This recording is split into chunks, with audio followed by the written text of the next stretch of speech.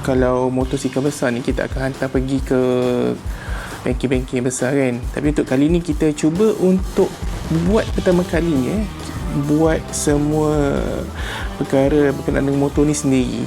Okay, jom sekarang kita buka cover ni.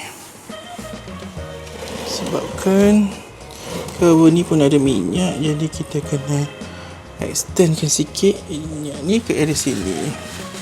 Perasan kan kat sini ada satu cover yang sekali dengan skru untuk set magnetic coil ni lah. Kita kena buka. So kita guna skru saiz 8.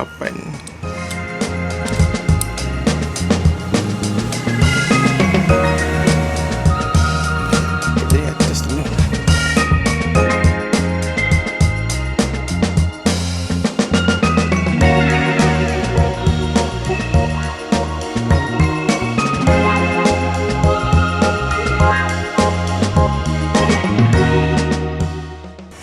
Kat sini dia ada magnet tau. Magnet dia sangat kuat. So kita kena make sure kita hati-hati lah masa tarik buka benda ni. Dan jangan guna ini besi.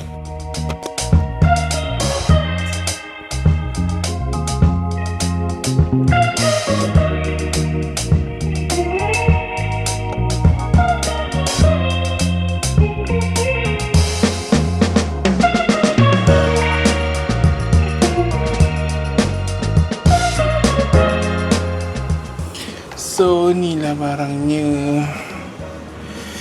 Kalau nampak kat sini dah terbakar teruk ni. Nampak terbakar. That's one of the reason lah kenapa dia tak charge dengan elo. So, memang decision yang tepat untuk kita buka dan tukar. Alhamdulillah gigi dia semua cantik. Sambil-sambil tu check lah. Ni dia punya gam lah. Original kilang ni.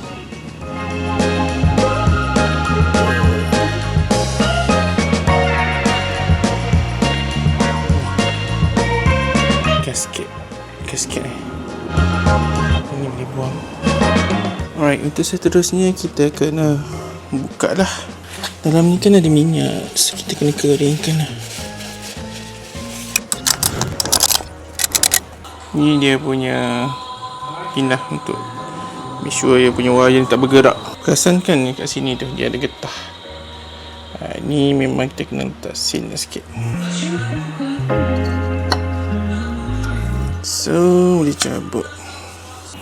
Oh, tengok. Terbakar.